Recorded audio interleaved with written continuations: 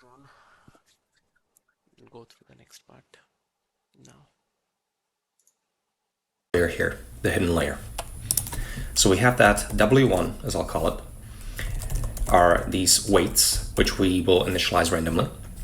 Now the number of inputs to this layer is going to be 3 times 2, right? Because we have 2-dimensional embeddings and we have 3 of them.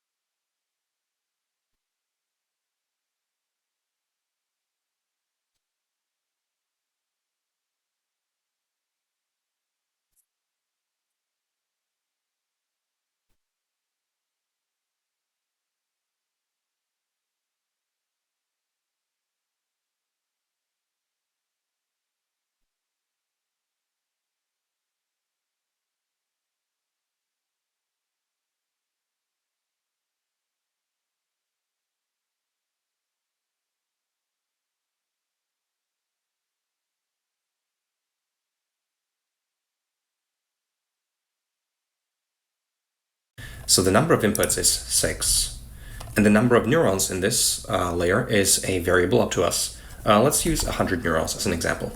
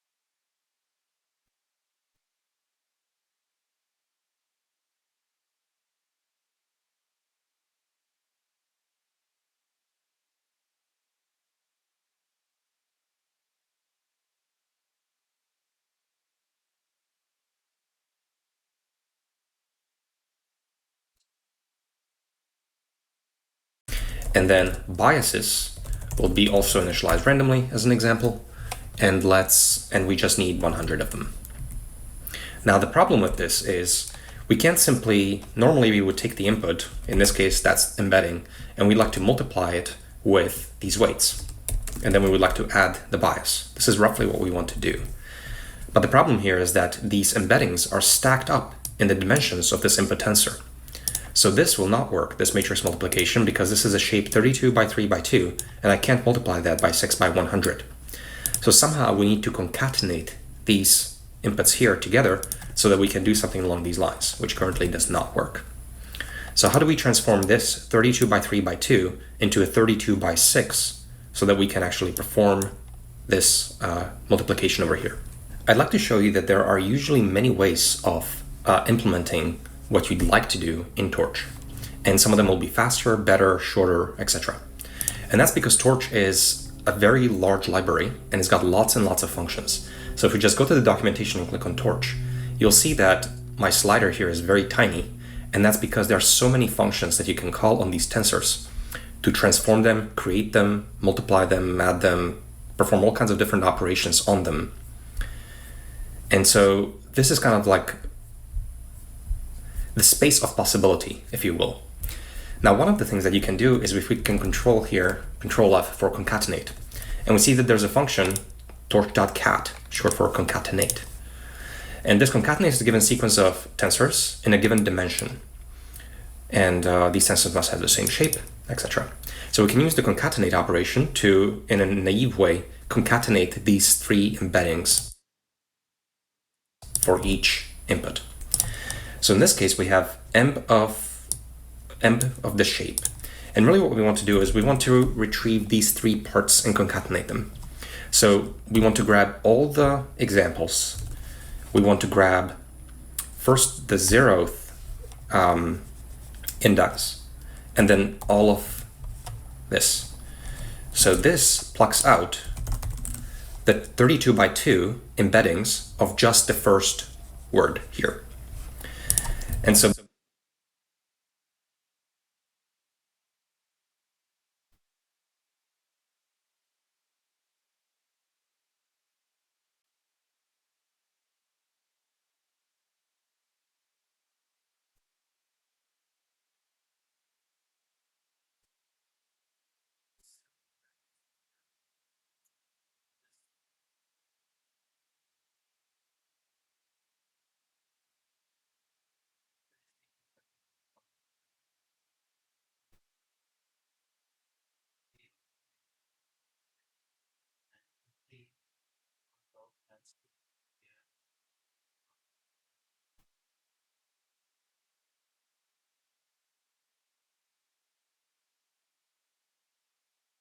basically we want this guy, we want the first dimension, and we want the second dimension.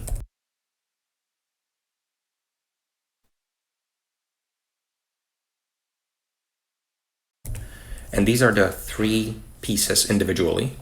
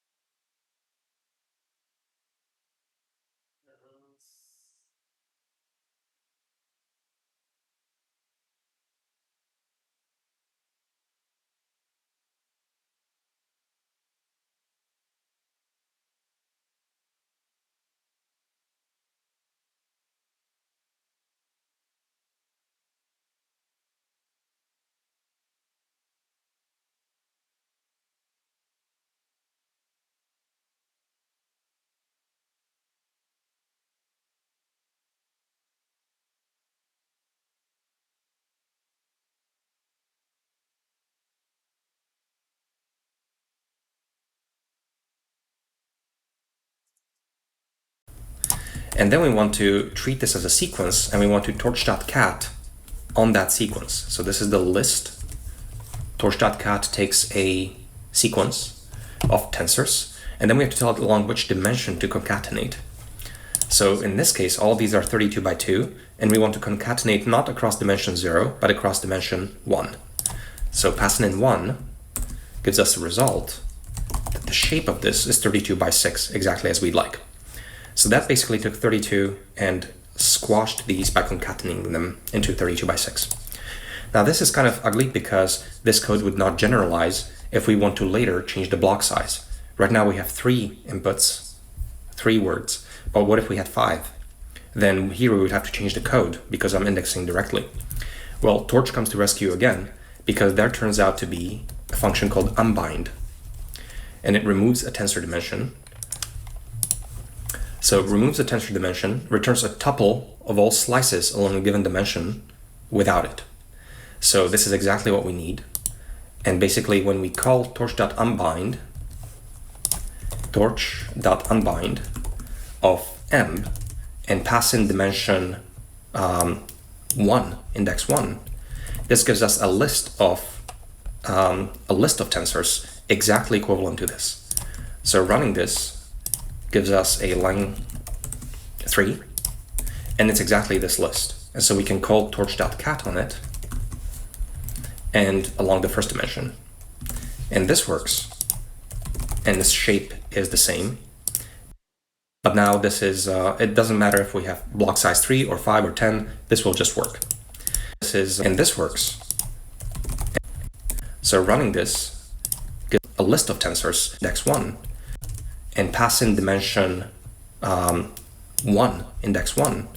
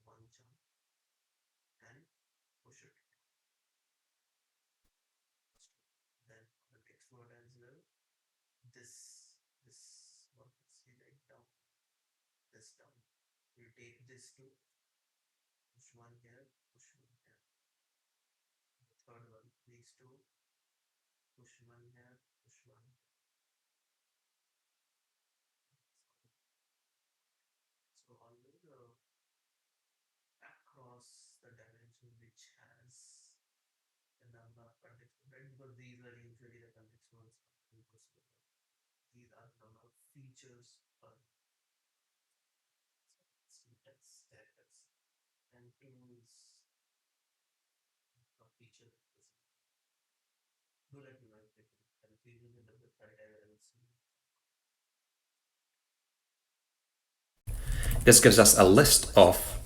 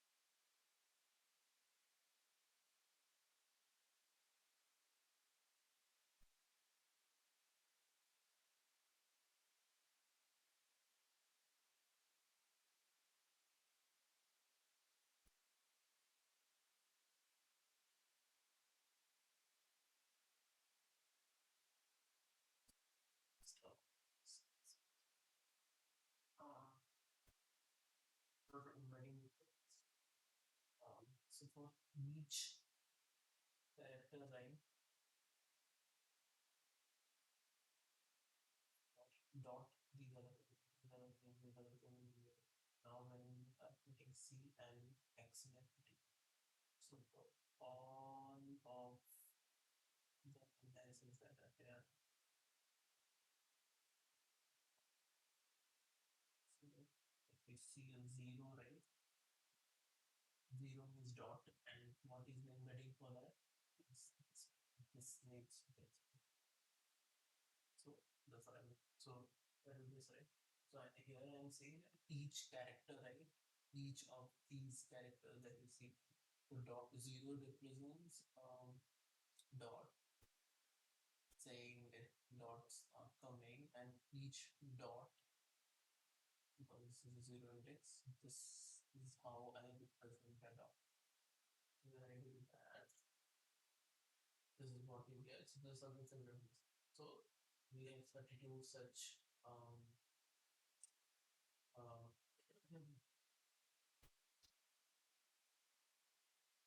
such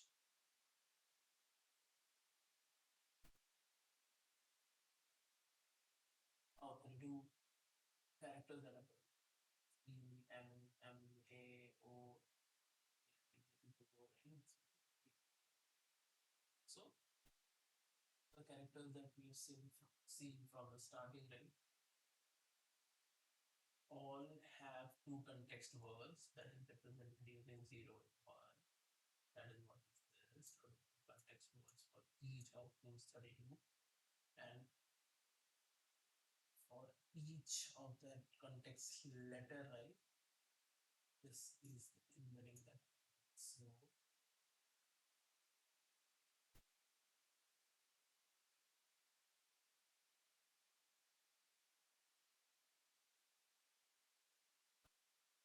So here it will be minus 0.7972 minus 0.1620 minus 0.2 minus 1.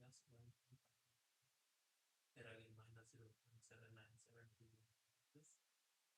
This place, right, that you see here will be minus 0.972. This you see, and this one, where you see 23, right? 23 will be minus 1. This will be here. This will be here.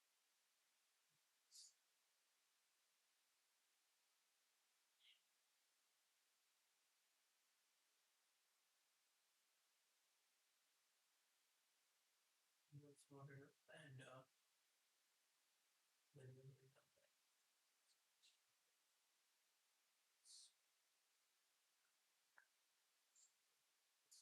A because two context vectors are two context vectors representing a character. Each of them have 4 things.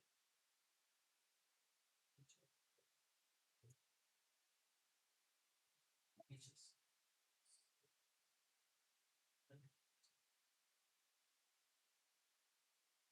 a list of tensors exactly equivalent to this.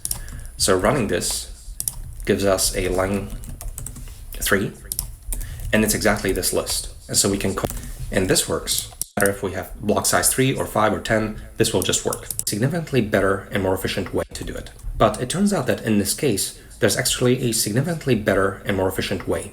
And this gives me an opportunity to hint at some of the internals of torch.tensor. tensor.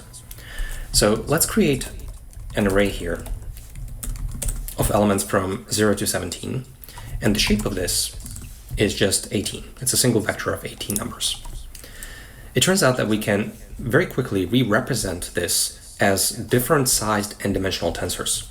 We do this by calling a view, and we can say that actually this is not a single vector of 18, this is a 2 by 9 tensor. Or alternatively, this is a 9 by 2 tensor. Or this is actually a 3 by 3 by 2 tensor. As long as the total number of elements here multiply to be the same, this will just work. And in PyTorch, this operation, calling .view, is extremely efficient. And the reason for that is that In each tensor, there's something called the underlying storage. And the storage is just the numbers always as a one-dimensional vector. And this is how this tensor is represented in the computer memory. It's always a one-dimensional vector. But when we call that view, we are manipulating some of attributes of that tensor that dictate how this one-dimensional sequence is interpreted to be an n-dimensional tensor. And so what's happening here is that no memory is being changed, copied, moved, or created when we call that view. The storage is identical, but when you call that view, some of the internal attributes of the view of this tensor are being manipulated and changed. In particular, there's something called storage offset, strides, and shapes, and those are manipulated so that this one-dimensional sequence of bytes is seen as different n-dimensional arrays. There's a blog post here from Eric called PyTorch Internals, where he goes into some of this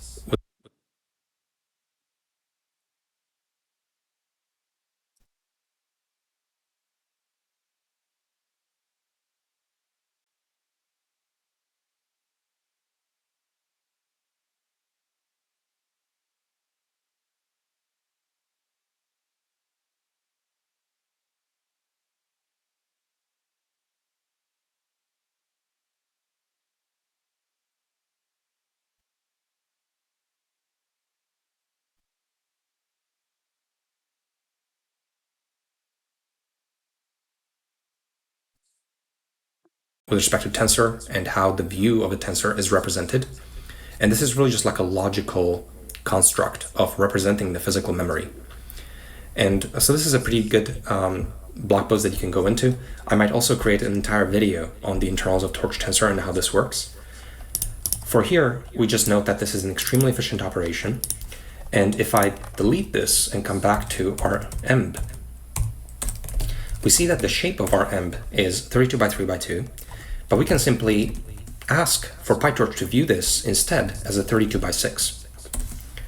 And the way this gets flattened into a 32 by 6 array just happens that these two get stacked up in a single row. And so that's basically the concatenation operation that we're after. And you can verify that this actually gives the exact same result as what we had before. So this is an element y equals, and you can see that all the elements of these two tensors are the same. And so we get the exact same result. So long story short, we can actually just come here, and if we just view this as a 32 by 6 instead, then this multiplication will work and give us the hidden states that we're after. So if this is h, then h.shape is now the 100-dimensional activations for every one of our 32 examples.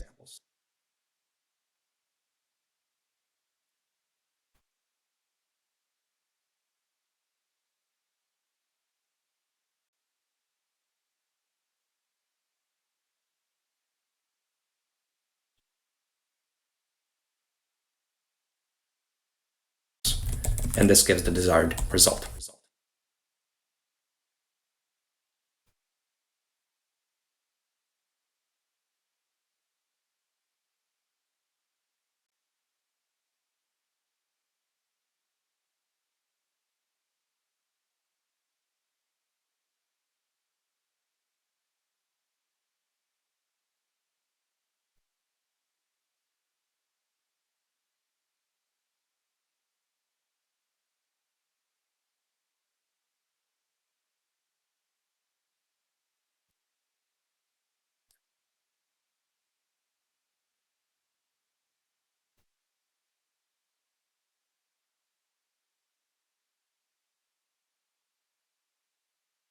Let me do two things here. Number one, let's not use 32. We can, for example, do something like emp.shape at 0, so that we don't hardcode these numbers.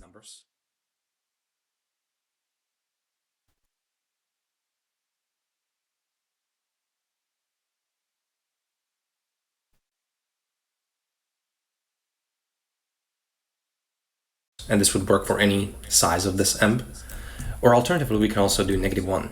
When we do -1, PyTorch will infer what this should be. because the number of elements must be the same, and we're saying that this is 6, PyTorch will derive that this must be 32, or whatever else it is, if emp is of different size.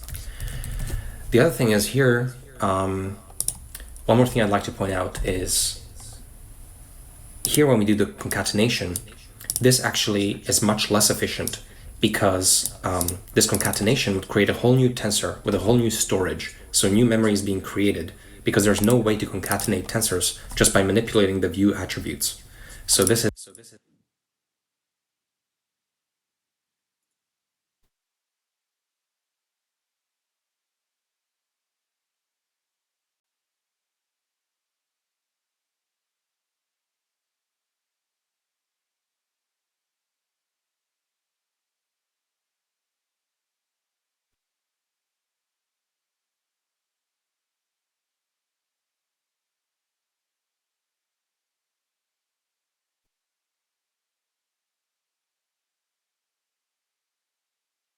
is inefficient and creates all kinds of new memory.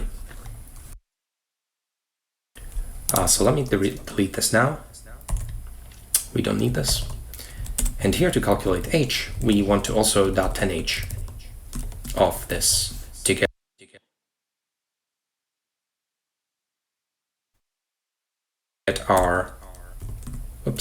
our h. So these are not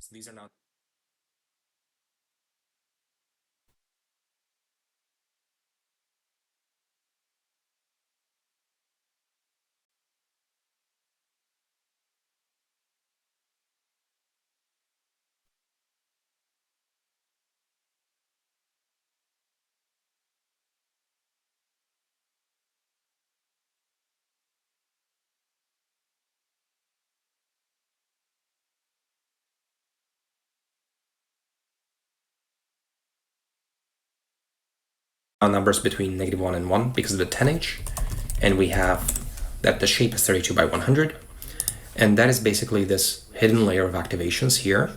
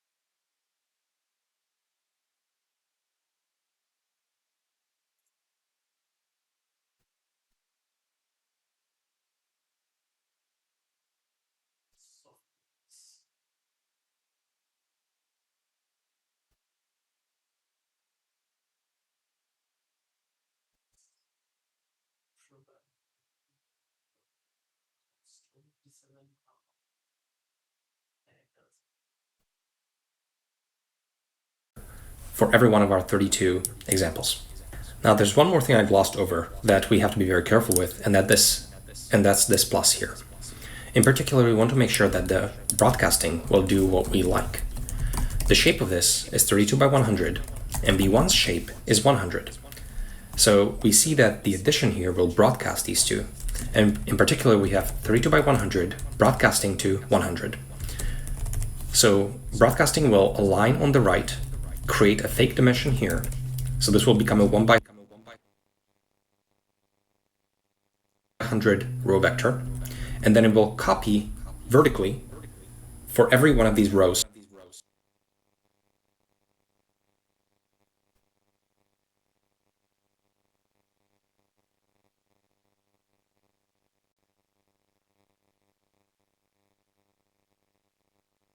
Of 32 and do an element-wise addition. So in this case, the correcting will be happening because the same bias vector will be added to all the rows of this matrix.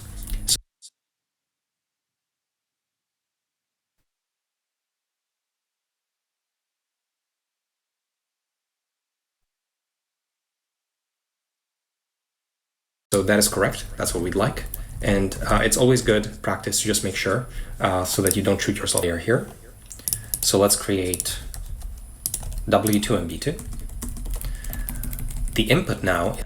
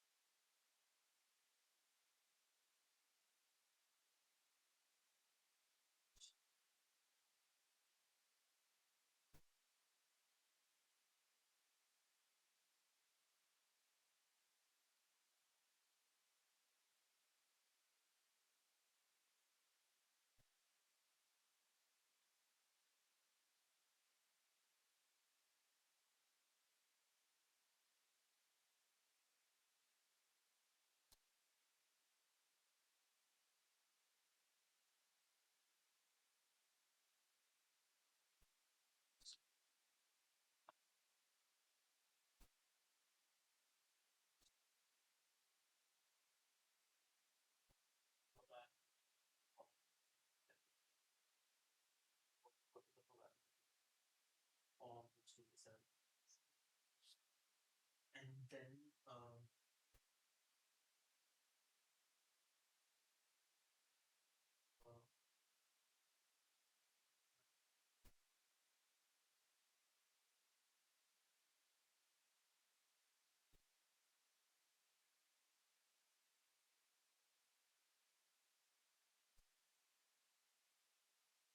is 100, and the output number of neurons will be for us 27 because we have 27 possible characters that come next.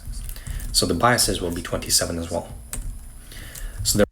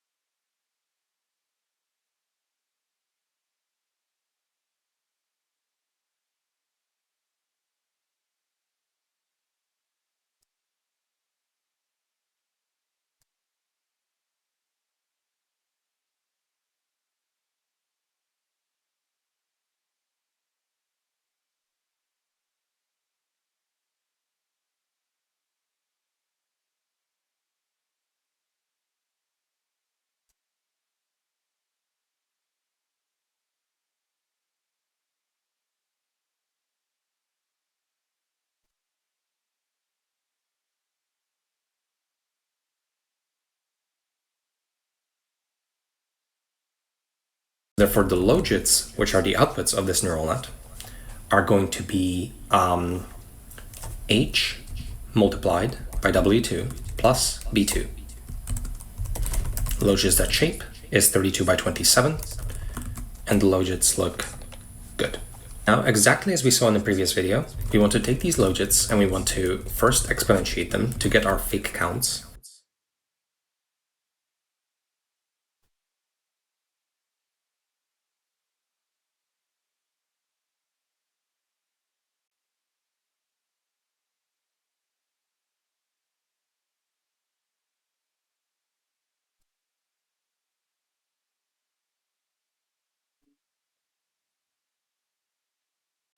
And then we want to normalize them into a probability.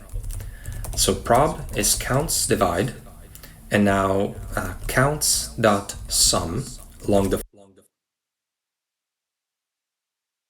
first dimension and keep them as true, exactly as in the previous video.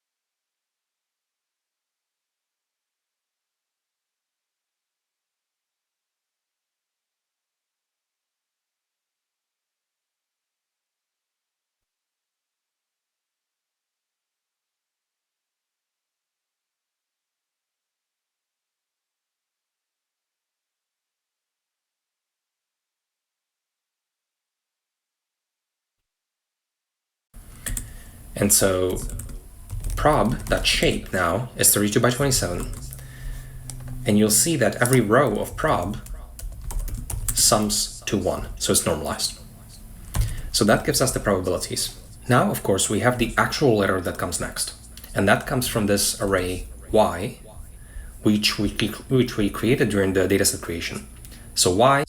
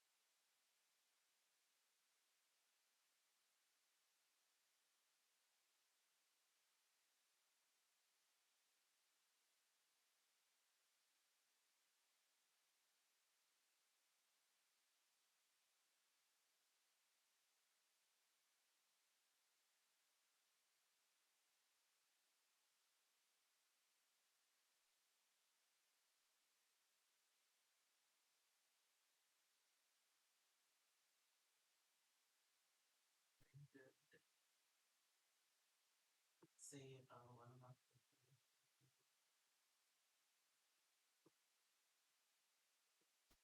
So we have this but that is it has many like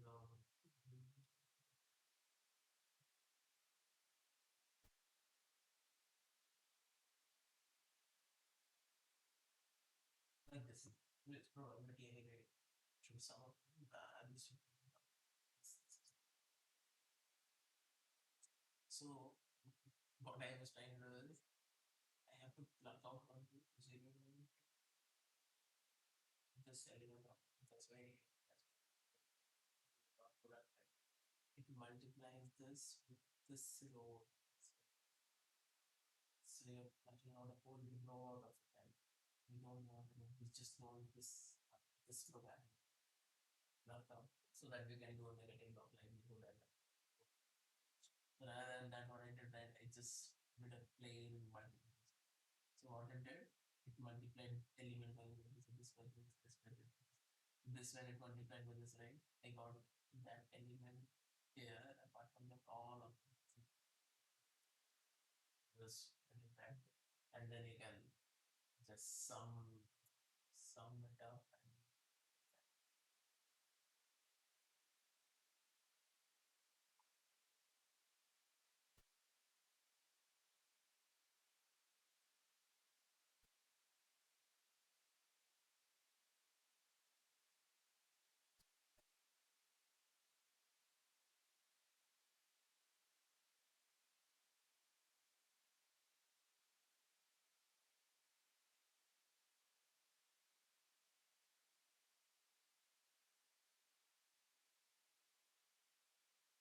I think Doppler actually have a form of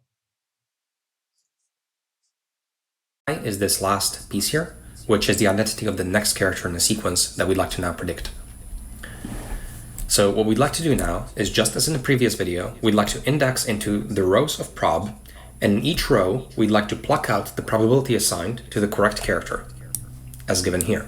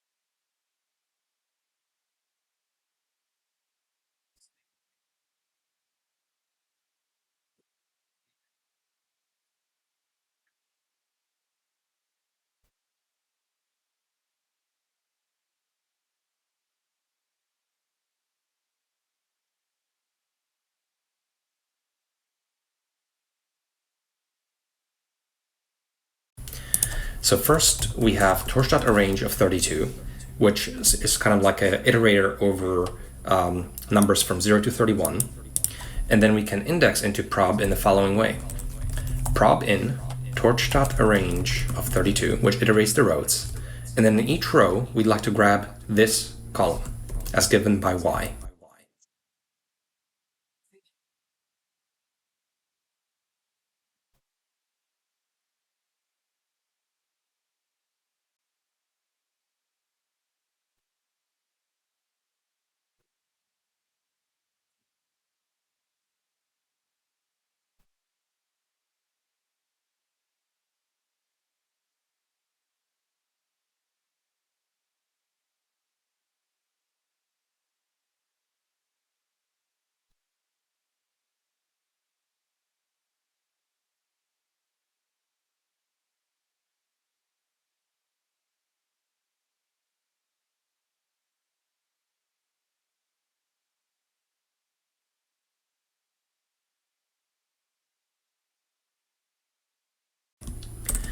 So this gives the current probabilities as assigned by this neural network with this setting of its weights to the correct character in the sequence. And you can see here that this looks okay for some of these characters, like this is basically 0.2, but it doesn't look very good at all for many other characters. Like this is 0.0701 probability, and so the network thinks that some of these are extremely unlikely. But of course we haven't trained the neural network yet. So this will improve, and ideally all of these numbers here, of course, are 1, because then we are correctly predicting the next character. Now, just as in the previous video, we want to take these probabilities, we want to look at the log probability, and then we want to look at the average log probability, and then the negative of it to create the negative log.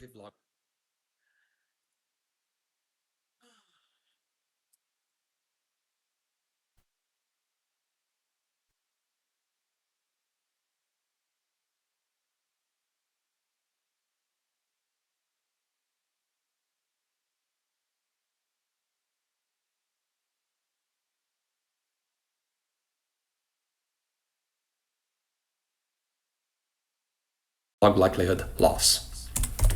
So the loss here is 17. And this is the loss that we'd like to minimize to get the network to predict the correct character in the sequence. Okay, so I rewrote everything here and made it a bit more respectable. So here's our data.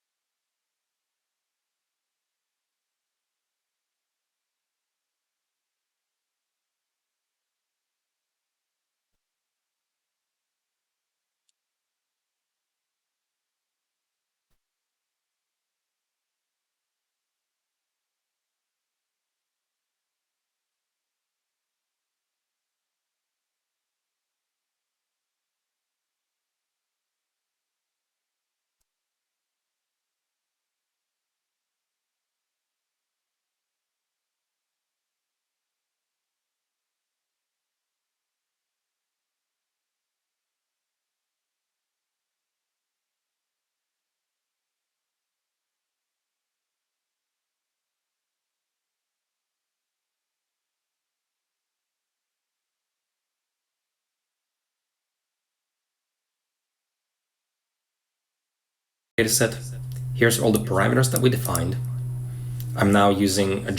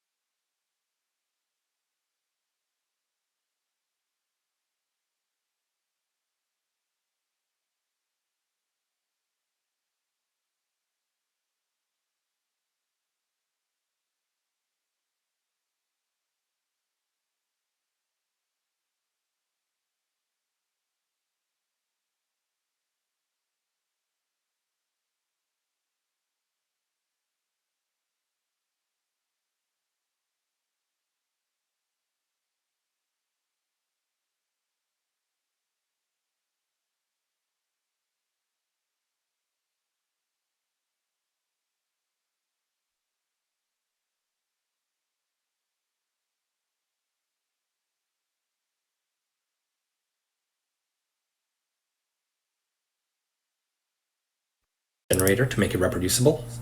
I clustered all the parameters into a single list of parameters so that, for example, it's easy to count them and see that in total we currently have about 3,400 parameters. And this is the forward pass as we developed it.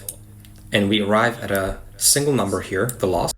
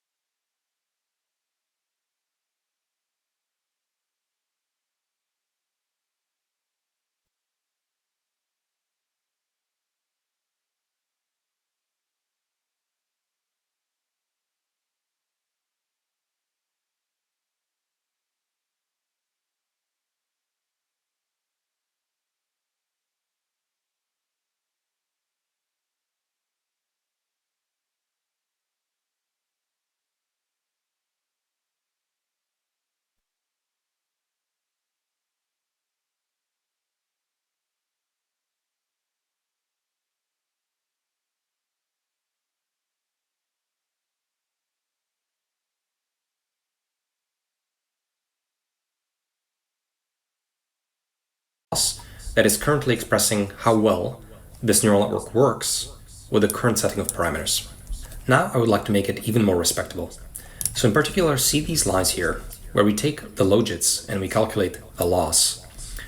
We're not actually reinventing the wheel here. This is just classification, and many people use classification, and that's why there is a functional.crossentropy function in PyTorch to calculate this much more efficiently. So we could just simply call f.crossentropy, and we can pass in the logits, and we can pass in the array of targets y, and this calculates the exact same loss.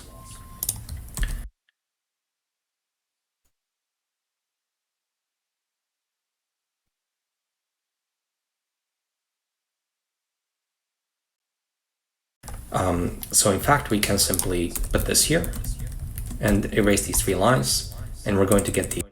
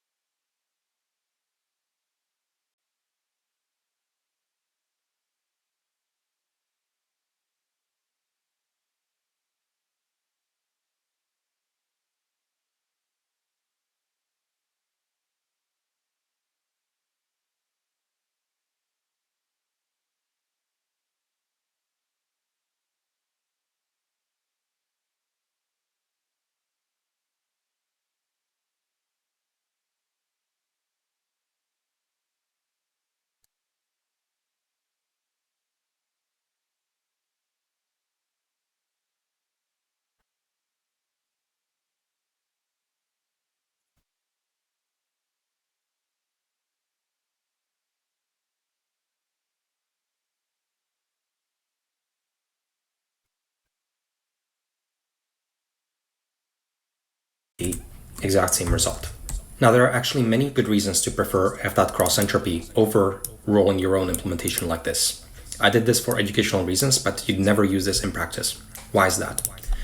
Number one, when you use f.crossentropy, PyTorch will not actually create all these intermediate tensors because these are all new tensors in memory, and all this is fairly inefficient to run like this. Instead, PyTorch will cluster up all these operations and very often have fused kernels that very efficiently evaluate these expressions that are sort of like clustered mathematical operations. Number two, the backward pass can be made much more efficient. And not just because it's a fused kernel, but also analytically and mathematically, it's often a very much simpler backward pass to implement. We actually saw this with micrograd. You see here when we implemented 10H, the forward pass of this operation to calculate the 10H was actually a fairly complicated mathematical expression. But because it's a clustered mathematical expression, when we did the backward pass, we didn't individually backward through the exp and the 2 times and the -1 and division, etc. We just said it's 1 minus t squared. And that's a much simpler mathematical expression. And we were able to do this because we're able to reuse calculations and because we are able to mathematically and analytically derive the derivative, and often that expression simplifies mathematically, and so there's much less to implement. So not only can it be made more efficient because it runs in a fused kernel, but also because the expressions can take a much simpler form mathematically. So that's number one. Number two, under the hood, f.crossentropy can also be significantly more numeric.